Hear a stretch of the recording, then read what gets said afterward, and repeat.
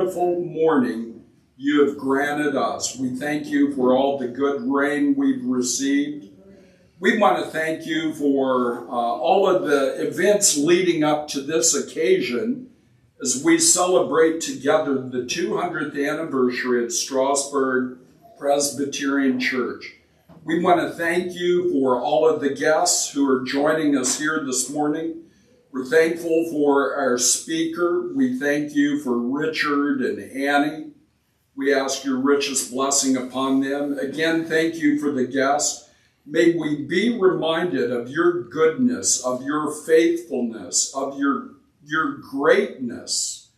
And Lord, how we are thankful for our forebears, for their vision, their understanding and wisdom. How we thank you that we can celebrate together what you have been doing in the midst of your people right here in the Shenandoah Valley, thinking all the way back to 200 years ago. Bless us in our fellowship. Thank you for your great love. Thank you for giving us such a wonderful Savior, our Lord Jesus Christ. We pray all these things for his honor and glory. We love you, Lord. Thank you. In Christ's name, amen. Thank you. Okay, let's try this. And the company here is amazing to me. So if you have questions, You can come in. it's perfectly okay to just stop right in the middle and we'll do it as you need.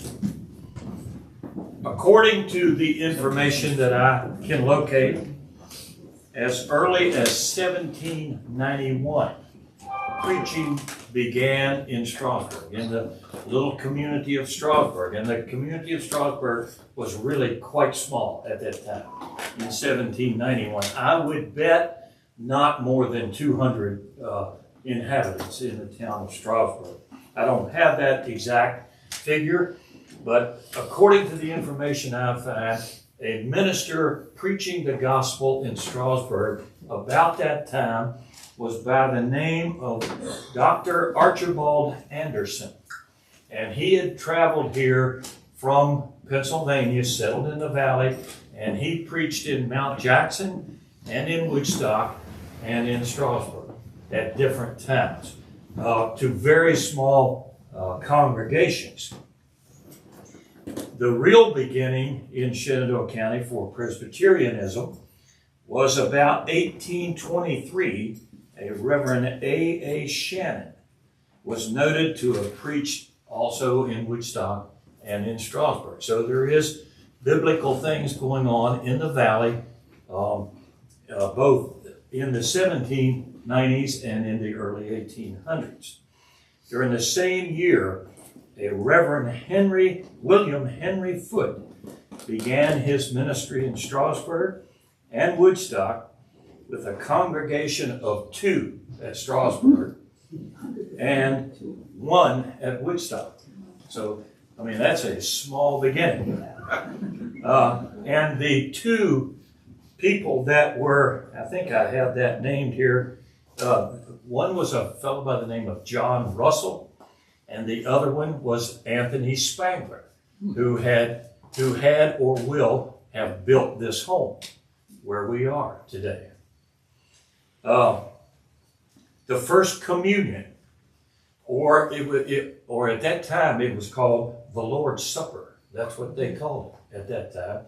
The first communion, as it was then called, was administered at Spengler Hall, where we are today, on June the 8th, 1823, and was administered by Reverend Foote here in this very building. So you're right here where it began. Pretty sure it was in this room. Probably so, in this room. Those of you that don't know Sean is the owner of the home. So we're gracious and thank you for... That's what my mother always told me. What's that? That's what my mother always told me. Well, I expect It's got to be true. I expect that's true, but don't you think that is really something that you're in the same room that the first communion held in the town of Strasburg was in this very room in 1823. And I think that's just absolutely amazing. I mean, I really do. I'm overwhelmed by that. The 2 years after Reverend Foote began his ministry, he organized what he called the Union Church of Shenandoah, and that was the name of it. And this church, the Union Church, had wound up with 15 members at Strasburg, and 15 also at Woodstock, and 1 at Mount Jackson. So 31 people in the county, or in the reachable part of the county. And remember at that time, you had to travel by horseback. So you're not able to get in the car and go to Newmarket and preach and come back to, travel is much more difficult. The first meeting of that Union Church that we're talking about was held at Spengler Hall in Strasburg, right here. Probably again in this room, no doubt, or in the house. Evidently, Anthony Spengler was most religious and most generous with his religion, and invited people to his home and began religion here in the lower valley, the lower county. The first 2 elders and the 2 original Christians that Reverend Foote first preached to at Strasburg Spengler Hall were Captain Anthony Spengler of Strasburg, the owner of this house, and John Russell, who actually passed away 2 years after that in 1826. And so these were the 2 elders and the 2 first Christians that heard Reverend Foote speak here at Spengler Hall in Strasburg. During November of 1826, with the permission of the Winchester Presbytery, and Winchester Presbytery included most all of Northern Virginia and down around Orange and all around. I mean, it was a bigger locale. With their permission, Foote was able to divide his Union Church of Shenandoah into 2 separate Presbyterian churches, that being the Strasburg Presbyterian Church and the Woodstock Presbyterian Church. So they both are in the neighborhood of 1826. So we'll be up there doing your church in 2 years. I think you'll be speaking at our church soon. Oh, You mentioned it enough now. the original 16 members of the congregation at the Strasburg Presbyterian Church are Philip and Margaret Buzard, Mary Cooper, Mary Dennis, James and Eleanor Finley, Mary Long, Henry and Mary Rosenberger, John Russell, that elder I spoke about, Jaretta Seibert, Anthony and Catherine, his wife Spengler, Anthony and Kathleen Spengler of this home, Thomas Sperry, and John and Elizabeth Utz. Without a doubt, these people met for some years on this very site, perhaps in this room. And we can get 16 in here. Elder John Russell passed away, as I told you, 2 years later, leaving Captain Spengler, Captain Anthony Spengler, as the only remaining elder in the church at that time. During 1825, interestingly, Bernhard, the Duke of Saxe-Meiningen, and that's German, that guy had traveled through the valley. And he recorded in his diary entries of his travel through the valley. And I thought this was important. He noted that the town of Strasburg's very ancient appearance, and that the homes were of wood construction with shingle roofs, and very dilapidated, and very little stone or brick used in their construction. So when he traveled through Strasburg, and I think it was about 1825, he noted the very plain wooden construction of the buildings in Strasburg.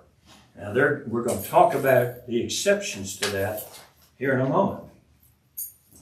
The U.S. Census records in Strasburg that, by the way, are hard to find, but they later note that there were 3 persons on the 1830 census that had their occupation listed as bricklayer.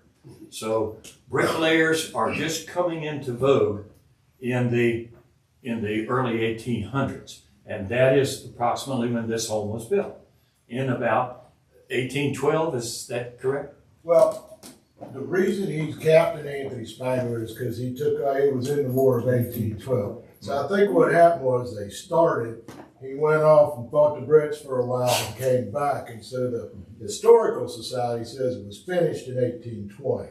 Okay. Or right around that. Okay. So in that early period, in 1820, this house, Spengler Hall, and the what we call the Womack building on the corner of Massanutten and King Street in Strasburg was also a Spengler relative that built that, and those are among the very earliest brick construction in this part of the country, in Strasburg, we'll say. I don't know about this part of the country, but in Strasburg. And they were doubtlessly built by these 3 people, whoever they were, that were listed as bricklayers. During those early years in 1820, in 1825, the population of Strasburg was 380. That's the entire population of the town of Strasburg. What year? That was in 1825. Okay. By 1835, the number had increased to 470. So that gives you some idea of the size of the town. Among the older structures in town, of course, one of the old buildings is the Dosh House that you all are familiar with on Washington Street. An old log and then later covered with clapboard, whatever. During those years, the congregation of the church continued to grow, even admitting Henry Gibson, a man of color, to the congregation. And that is far-reaching in 1827. And he must have been very highly thought of within the community and was admitted to membership in the Strasburg Presbyterian Church with full membership, and as they said, had a right to commune. And that constituted full membership. Also during that year, the lot on which the present church building stands was purchased by Anthony Spengler, was deeded to Anthony Spengler, trustee. He is now the sole trustee of the church. By Elizabeth and Isaac Longacre, husband and wife, for the total amount of $5, with the contingency that lot had to be used for the construction of a church and or its cemetery. And so that was part of the deal when the church was done. Construction of that first brick church, and we call it the first brick church in Strasburg, was begun shortly after 1827, and doubtlessly by the same bricklayers that built this home, the home down on the corner, and the church. That's the brick construction in Strasburg is all taking place at just about this same time, just very, very nearly exactly the same time. On May 16, 1830, the finished church building was dedicated and worship began in the new church building. And that is the building currently in use today, the main structure, sanctuary portion of that building. By this time, the congregation had also grown again substantially, and I would say that is quite a large structure for a town of a population just this size in the early 1800s. I would think, that would have been a huge undertaking and a huge building for a congregation in Strasburg with a total population of about 400. And by that time, you have the Lutheran Church going, and there are other churches in town as well. So all the people in Strasburg did not go to one church. Doubtlessly, Elder and Captain Anthony Spengler had a lot to do with the financing, and I think he was quite wealthy. You can tell that by his home here. Anthony Spengler, I think, contributed heavily and dearly to the construction of this church, of the Strasburg Presbyterian Church. It is likely, as I said earlier, that the Colonial Inn is the name I was looking for, down on the corner. This building and the church were built by the same craftsmen, including even the woodwork, the carpentry, all of those things. Yes, sir. Now, is it true that our church was the first English-speaking church in town? I do not know the answer to that. I'll be honest with you. The Lutherans likely spoke German, but I don't know that to be absolute. I'm not certain. Well, I've heard that we were called way back the English church in town. It was called the English Church at one time. That is correct.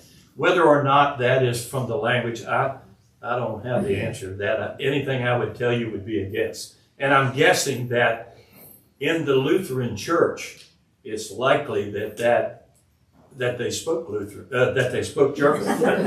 That's likely, I think.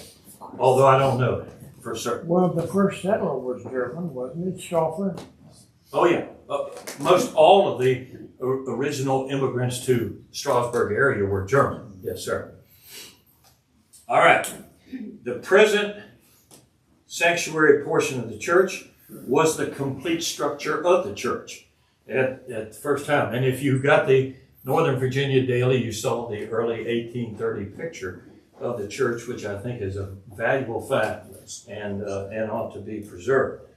Now, there has been some, and it's always been a thing for me thinking about doing Civil War. I do mostly Civil War things.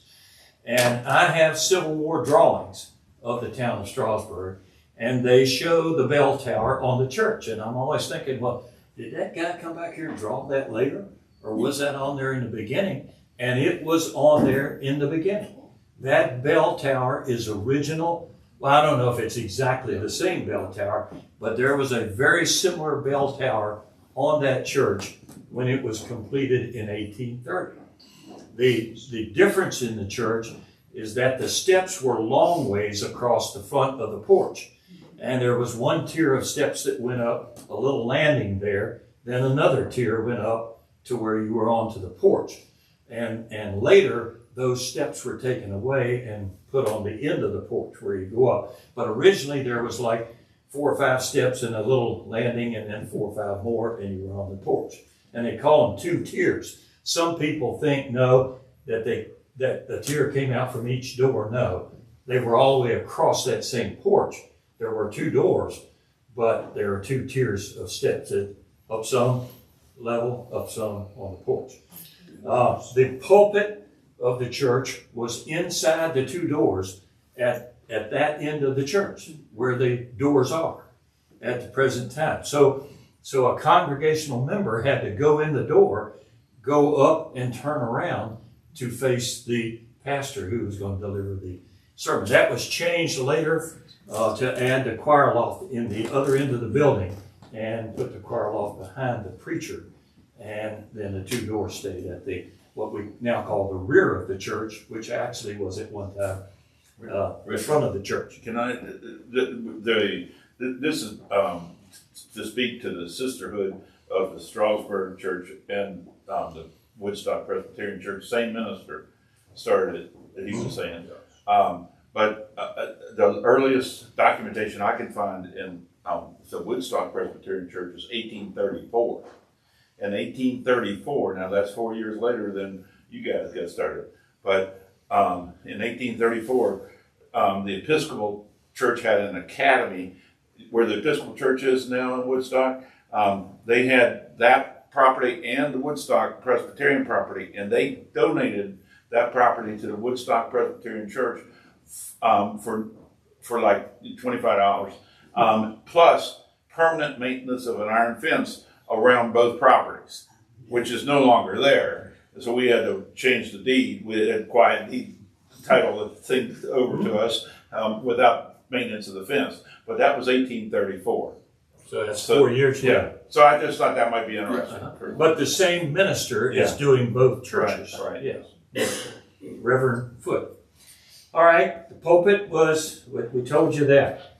During the intervening years between 1830 and the American Civil War, the church was served by 4 supply pastors and 3 full-time pastors. So, you know, it's like today, if you don't have a full-time pastor, there's a supply pastor dedicated, and that had been the case up to the 1860s when the war began. During the war years, Reverend John Clymer served as the full-time pastor of the Strasburg Presbyterian Church. During the period prior to the war, between the 1830s and the construction of the church and the war, the membership added many members with names familiar to Strasburg. And a lady talked to me a while ago, was talking about all these names that are buried in the old cemetery there. Some of those names were Cooper, Groves, or Cooper. I had a school teacher by the name of Cooper. Heater, Huffman, Kendrick. Kendricks lived here in this home.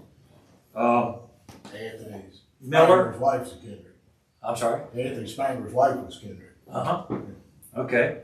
And Miller, Newell, I remember Newell's, Saunders, Zay, and many others that you will, if you tour the cemetery there, the one that I call the church cemetery, you will find those names among the tombstones there in that church. Of those names, Samuel Kendrick married Clorinda Spengler.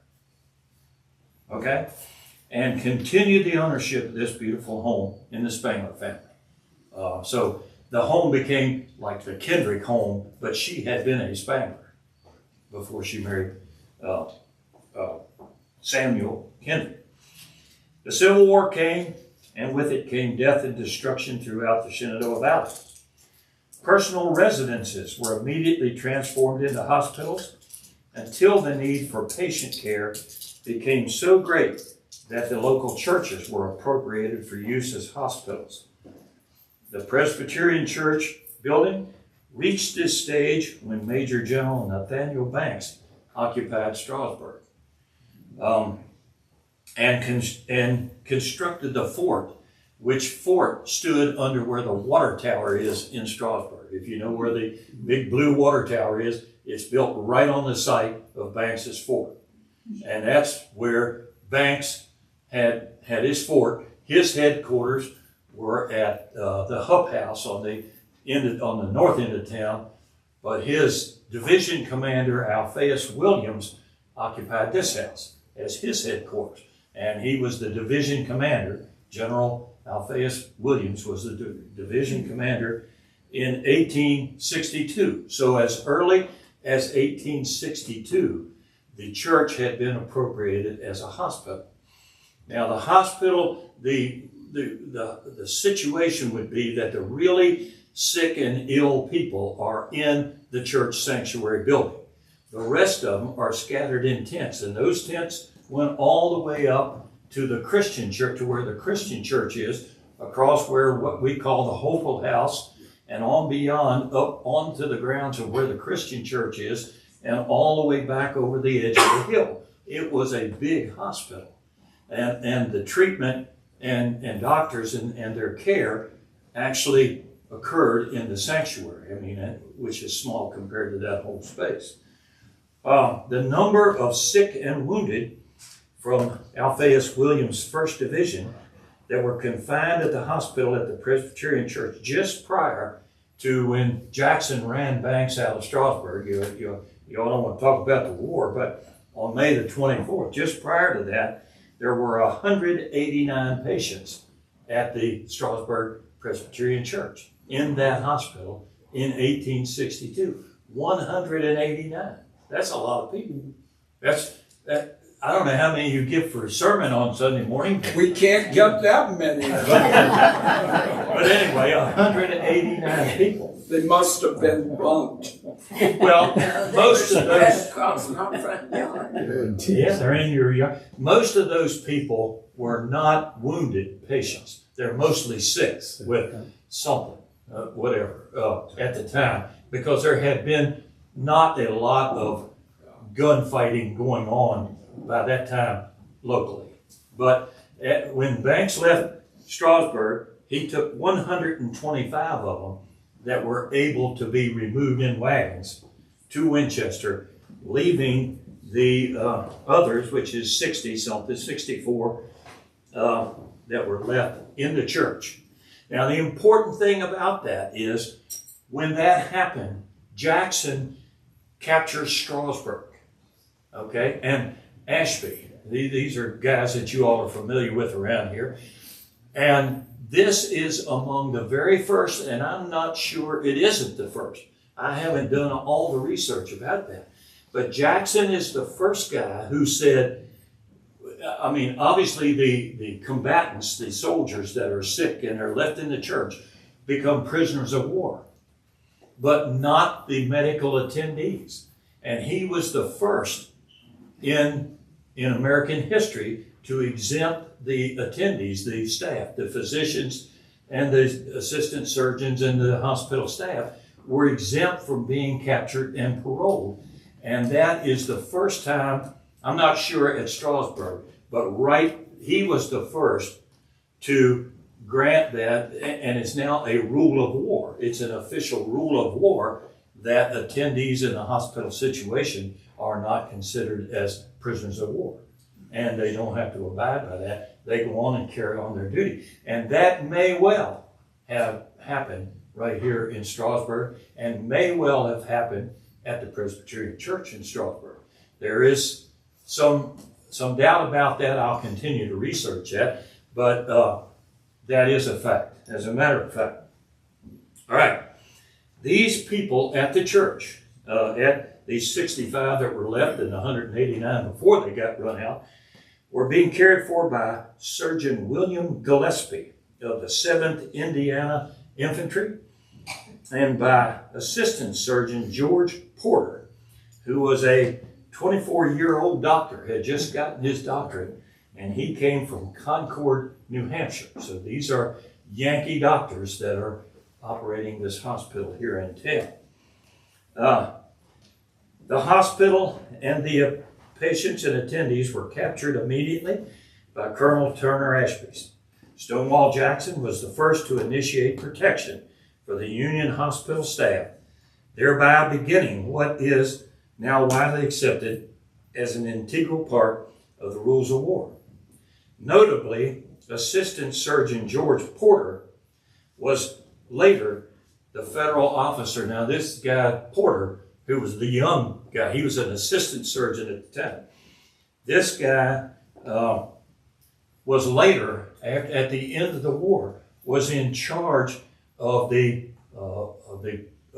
assassination of President Lincoln, as a matter of fact.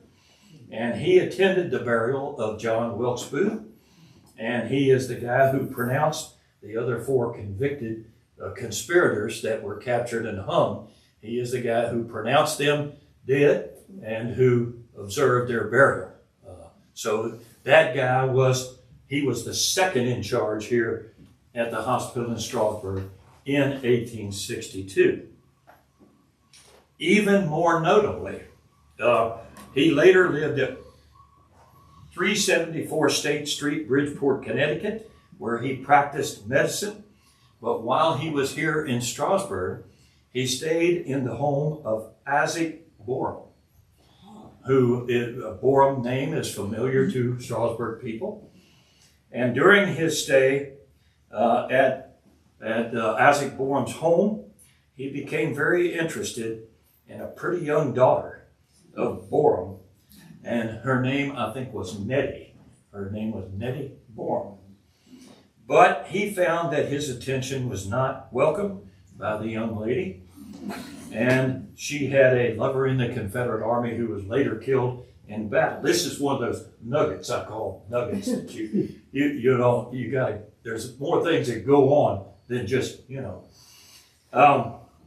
After the war, Dr. Porter wrote to the Borum family, thanking them for the kindness shown him during his stay in Strasburg, and visited them several times following the war, and befriended Calvin Monroe Borum, who was a young man at the time of the war who had joined the 10th Virginia Volunteer Infantry as a drummer.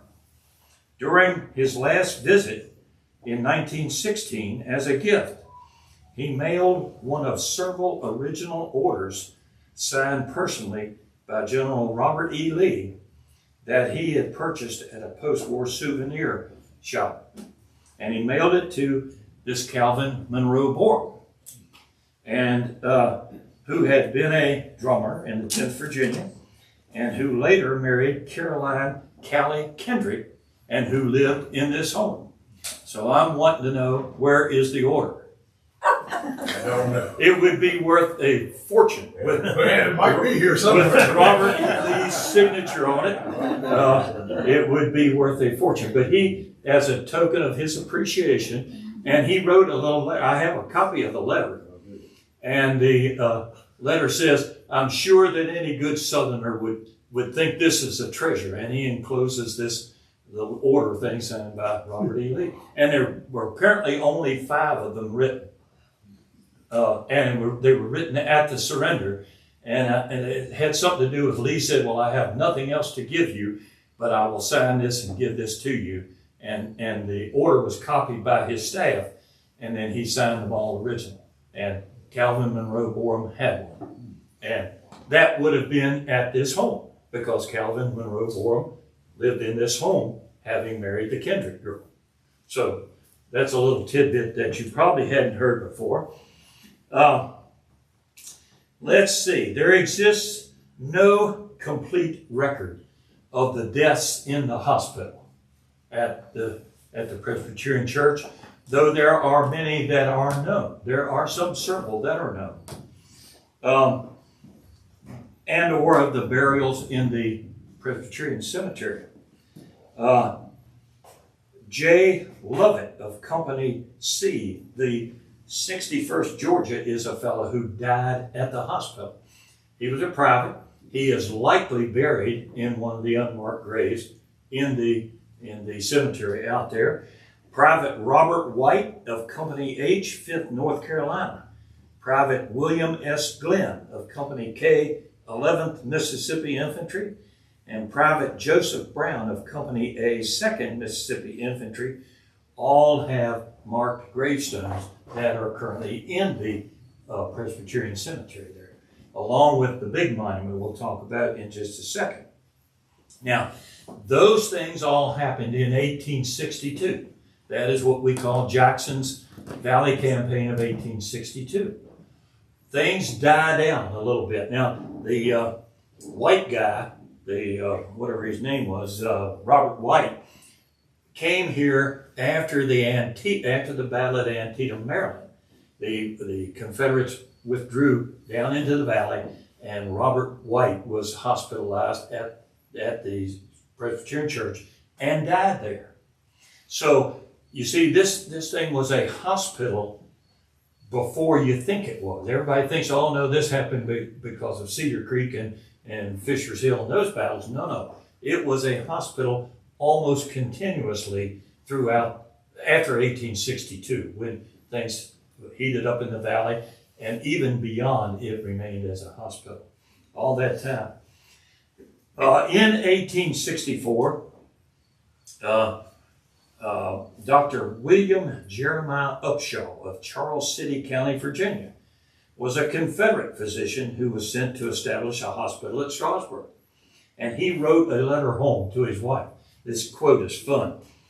I found much difficulty in procuring a house, the citizens appearing much indisposed to aid me. I at last got one, but it was much too open, exposing the men as much as if they were out of doors. Today, October the 12th, 1862, I've been fortunate in discovering an excellent church, the best building in the place, and have transferred my men there to the no little annoyance of the church-going people of the place. But this I did not care, for I knew what I was doing, and I was doing my duty in taking it. Let's see. One poor fellow died today whose life might have been saved had I possessed the proper medicines for it. So I don't know whether that's one of my guys that I named or somebody else, but I would bet there are in the teens of unmarked graves that are in a row of depressions there in the Presbyterian Churchyard. We'll never know exactly who they were, but there are at least 3 of them marked. And so you can go back there and visit that. I have a question. All right. The congregants who were displaced by the hospital, is there any record as to where they worshiped? I would bet here. I would bet this being the most likely place they would return to. I would bet here. I mean, I don't know that officially, but I would, if I had to bet, I would bet right here. And it may have been an outdoor worship, may have been on the grounds, I don't know, but they did worship. And there's another guy who writes about it here in a minute. But they continued to worship during this period. However, don't forget, most of the male inhabitants of Strasburg, unless you're too old or too young, you're off in the war. So the population is much smaller during the war. But I would bet they continued their worship because the John Clymer was the pastor, and he would continue his worship here. And I think he was dedicated solely to Strasburg. So his parishioners would have worshiped with him. What would have you estimated the population of Strasburg was during the Civil War? 800. 800 is a very good number. I've seen that many times in doing research, but 800. So the town grew from 450 in 1830 to about 800 by the time of the war. And so anyway, the operation of the military hospital changed hands as the town changed occupation by the opposing forces. Lastly, the church building was a satellite hospital for the large federal hospital located at Shawnee Springs in Winchester. There was a large Army of the Shenandoah was the name of Sheridan's army, and he had established the largest tent hospital ever known, I think, on the grounds of where Shawnee Springs is in Winchester. This hospital at Strasburg was a satellite hospital of that. They also had the hospital here in town. Before you get away from hospital, was there any water source at the church? I assume not. I assume they're carrying pails of water from somewhere else. I would think so, yes. River or wherever, yeah, close to the river. I'll read you a quote, but yeah, I would think that's a well. Anybody that had a well would have been, yeah. Let's see.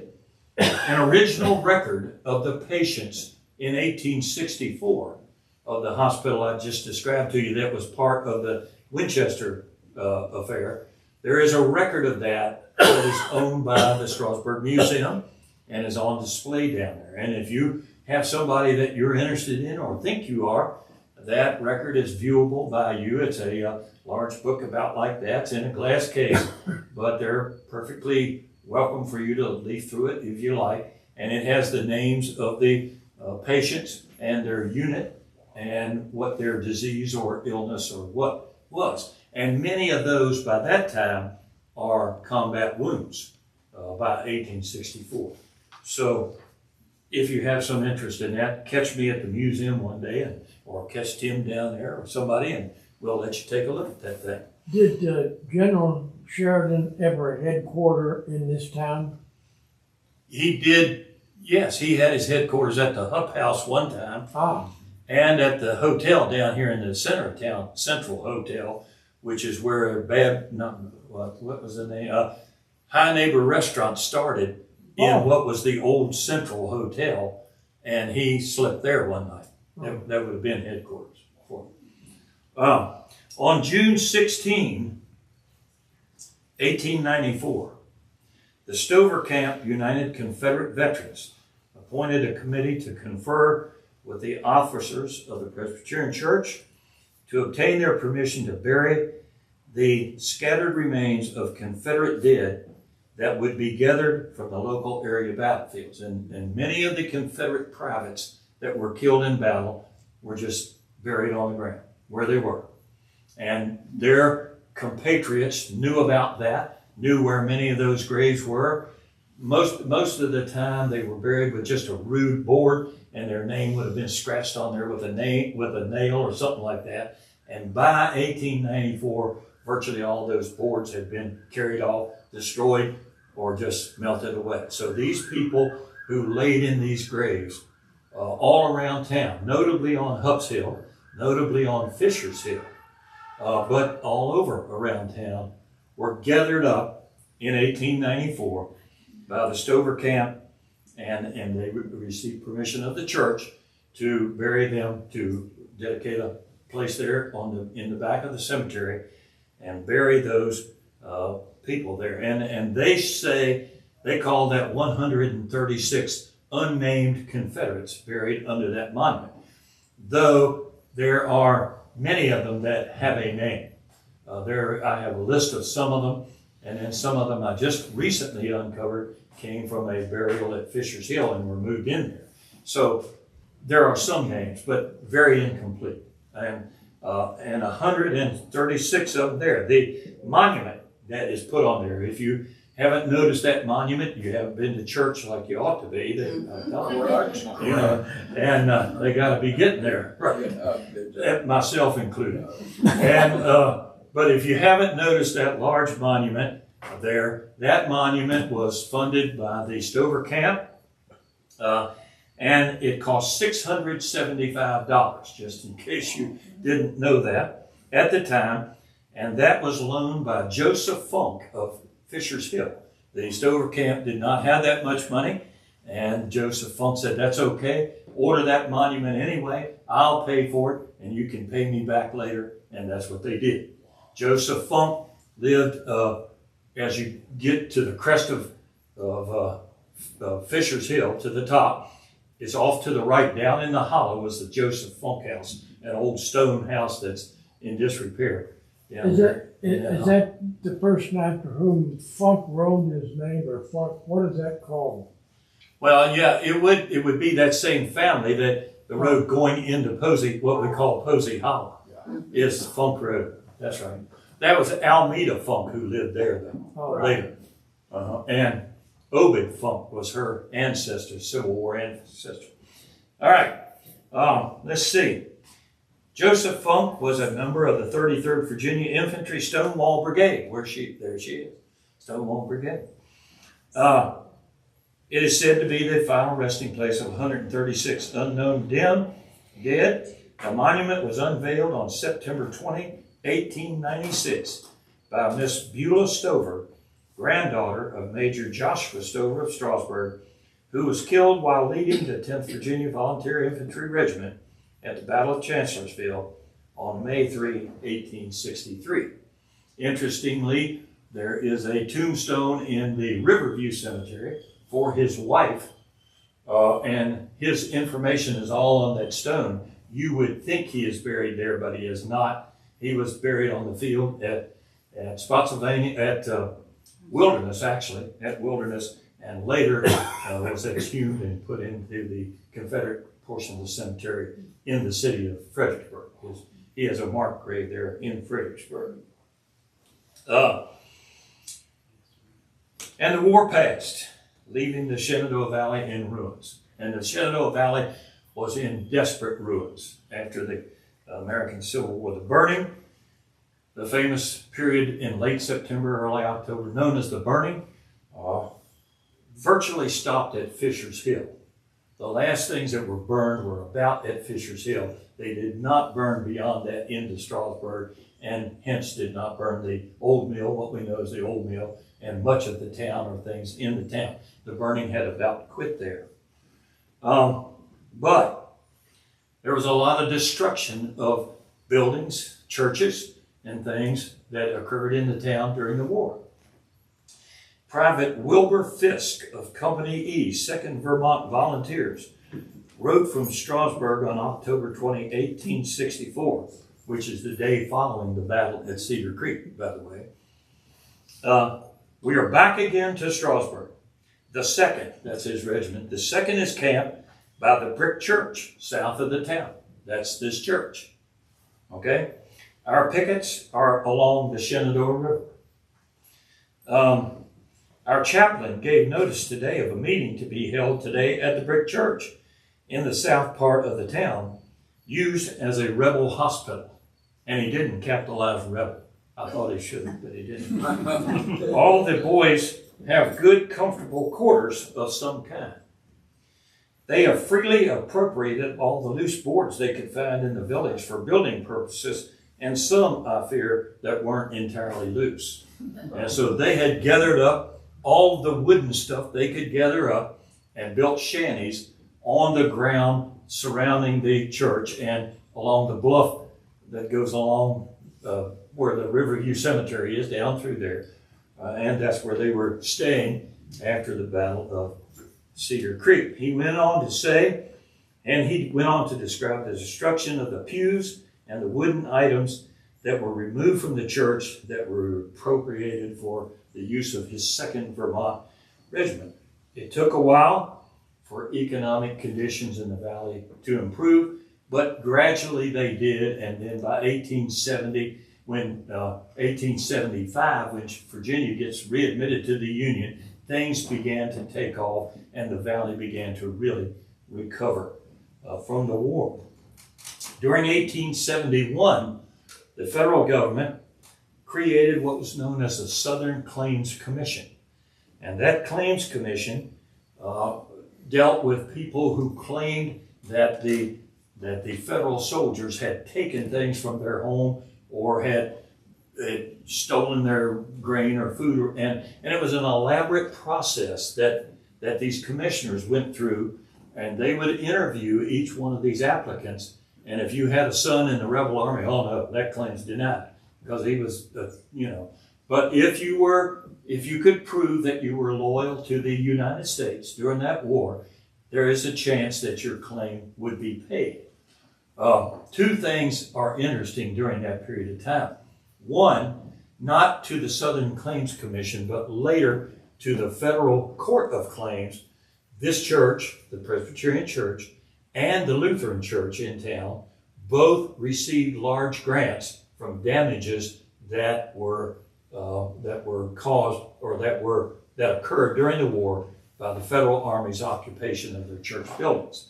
The Strasburg Presbyterian Church used that money to build the pastor's home, the manse, at the church, which was finished, and that occurred right around 1900, that these claims were awarded. And by 1912, I think that house was built, and the first minister at that time occupied that house. And that's when the long steps across the front of the church were taken down, and to provide room for the driveway and such, and were placed at the end of the porch. For the driveway. Right? Okay. Anyhow, let's see. I got that. More than one member of the church filed a claim that came to the attention of the session of the church, because that claim might be exaggerated, and that would have been a travesty in the church at the time. Notably among those was Mrs. Heater, Mrs. Caroline Heater. Caroline Heater actually came from the Heater house on the Cedar Creek battlefield. And she had filed this claim, which some thought might have been exaggerated, when in fact, and the session wrestled with that and what to do about that. But in the end, it finally got worked out, and Mrs. Heater was allowed to come back to church and be a part of the congregation. So, but they did wrestle with that because of her supposed dishonesty. And there is Nick is an expert on that, wherever Nick is, but there was a lot of ink given to the discussion of Mrs. Heater's claim for reparations for blankets and whatever all this stuff was. And I presume that stuff had been taken from her while she occupied the Heater house on the Cedar Creek field, but I don't know that for sure. Well, the Heaters at one time lived in your house, Tim. Charles Cedar, yeah. He was the mayor of Strasburg, which is a relative, I believe, of this. So they weren't living on High Street at the time. Not the ones he's referring to. It's after the fact. Yeah, I think Charles was a they son. would be later. Okay. Yeah, they're later. Well, we possess digital records, which are copies of records we found in Philadelphia, which outline this story about this lady. Yeah, there was considerable discussion about it. But she was found to be okay, although her claim was denied, by the way. Yeah. Her claim was denied, but the church decided, well, we're not going to kick her out or whatever they would have done. But they did. The large payment was used to build the manse. A prominent addition to the church was the Sunday school addition with a kitchen and basement, social hall, built during 1926. It took until 1942 before the debt for that construction was finally retired. That's a long time. I mean, that's 14 years worth of paying on that debt. Let's see, what else do I have for you? During the mid-1900s, and for some years beyond, the church also operated a satellite church in the old schoolhouse building at what is known as Bethel, out along the Shenandoah River. I remember my father teaching classes out there during my childhood. We would go to church at the Presbyterian Church in town, and then in the afternoon he would go to Bethel and do the church service out there. I even did one or two out there in my lifetime. And later, the pumpkin patch was purchased by the hospital, I think 1970, early 1970s, bought from the school board. When the school board bought the parcel down the hill to build the school, the church approached them and then bought what I call the pumpkin patch lot. It's the pumpkin patch today. Some days it's something else. It's a flower thing one day. The two longest serving ministers of the congregation, the Reverend Gibson Link, A. Gibson Link, and he served between 1889 and 1910, and then and I remember well, the Reverend Dr. Abram Harry Marshall Crimm, who passed away during 1972. Each of those ministers were the longest active ministers of the Strasburg Presbyterian Church, and they are each buried in the churchyard, and they are buried there at their own request. So that's what I have. Anybody? How many years before you passed Dr. Crimm's record? I'm not going to make it. he was here 40 years. 40 years. Yeah, there's a plaque in there that tells that. Once again, you got to go to church to see that plaque. You know? But no, there is a church in there. There's a plaque in the church dedicated to the memory of Harry Crimm. And Harry Crimm was the minister there my entire childhood and somewhat beyond. Yes. Very nice, lovely family. It's interesting that both Pastor Link, Dr. Crimm, they both have grandchildren that are active members of the church today. Mm-hmm. And as they say about the valley, everyone may leave, but they always come back. Mm-hmm. I would also like to add, considering the prominence of the Kendrick family, yes, related to Spengler Hall and the church, descendants of the Kendrick family, named Kendrick from Richmond, come by annually to dress the graves, Okay. they're in the church cemetery. Mhm. And by the way, would that not be the case with the Crabbles in the church cemetery? Many families always come by to either place flowers or clean headstones. That's one aspect of cemetery care that the vast majority of Americans do not understand. I did not understand. Why is it so important, these cemeteries? Because it's the responsibility of the family. Well, and you have to go back to Captain Anthony Spengler. And his stone is in the cemetery there as well. And there's a plaque on that stone noting that he is the first elder, and he's all of those things that we talked about. And had it not been for the vision of Captain Anthony Spengler and people like him, church would have gone away from Strasburg, or it would be something a whole lot different than it is. And not only do we preserve the memory of those who have passed away and passed on, but the history that they left us to pass on, I think, is valuable to us. Yes. And we owe a great debt to all of those people. And that's the same way, for instance, I feel about Confederate veterans. And I don't think there's anybody living, there probably is somebody living, but I don't think there's anybody really living that thinks slavery is the right thing to do. Well, we know better than that. But you still have to give credit to those guys who fought for a cause that they thought was genuine, that they thought was proper at the time, and they gave their lives for that. And it's all right for them to have a tombstone.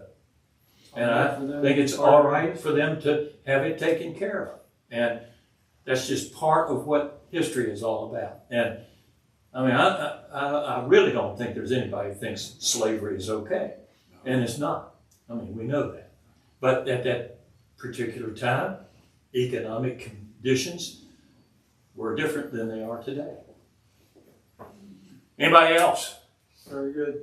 Was there any relationship between Academy Hall and Presbyterian Church? Not that I'm aware of. I always wondered if The building dates to approximately the same age, but I do not know of a relationship there. Well, they put the Confederate monument with the dead that they retrieved in the 1890s there in the Presbyterian Church. And that's right across from Academy Hall. Wasn't Academy Hall like the epicenter of the SCV, of the actual Sons group at the time? Was it? I don't know that. I always wondered if the reason they put it there was because it was right across the street from Academy Hall.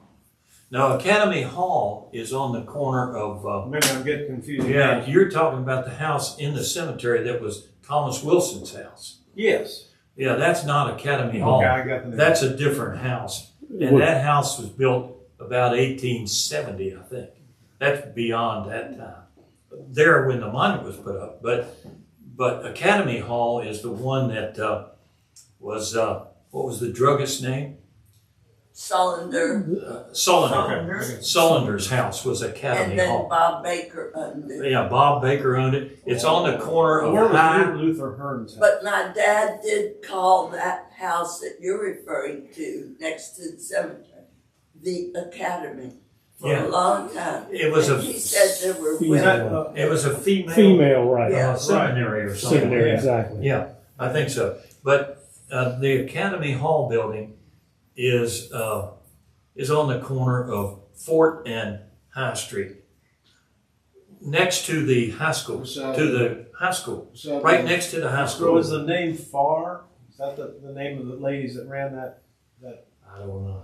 The reason where do you know Luther Hearn? Does that name ring a bell? Oh yes, I do. Where did he live? I believe. Now, there's a whole story about him. It's a good story, but we don't have time today. No. But I think Luther Hearn, and you all check me on this, I think Luther Hearn lived in the house that, not Buggy Brill, what was it, Brill, lived up on, Barron. not Byron, Oh, in Sharp Okay. Street? Sharp Street, up Yeah. on Sharp Street.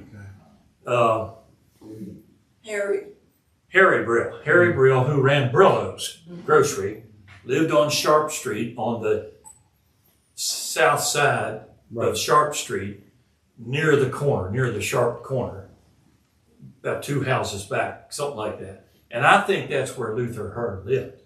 And that was the Hearn family, and they are the ones that, the quick story is they had the pretty daughter that Levi Crispin Crable courted, that they put the bounty on him and he got killed at Francis Hoover's, or got shot at Francis Hoover's house and all that whole story. But I think that was the Hearn house. Is that? That rings a bell to me. I think that's where that was.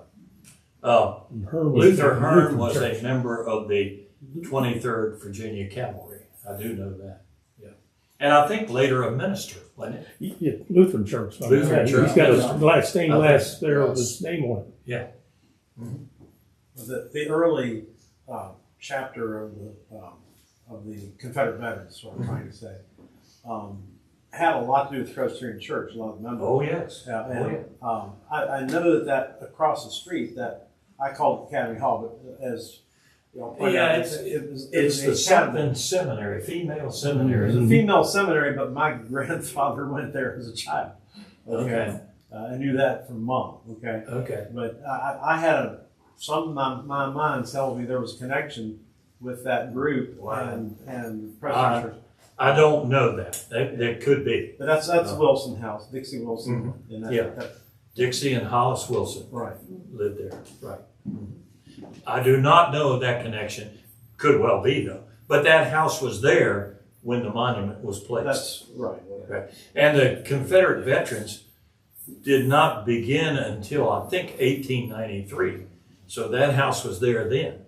And then camps began to spring up here and there. And Stover Camp was an early camp. Camp number 50, I think, was Stover Camp. So it's pretty early in America as far as camps go. Anybody else? With that said, there are refreshments, I think. Thank you. thank you.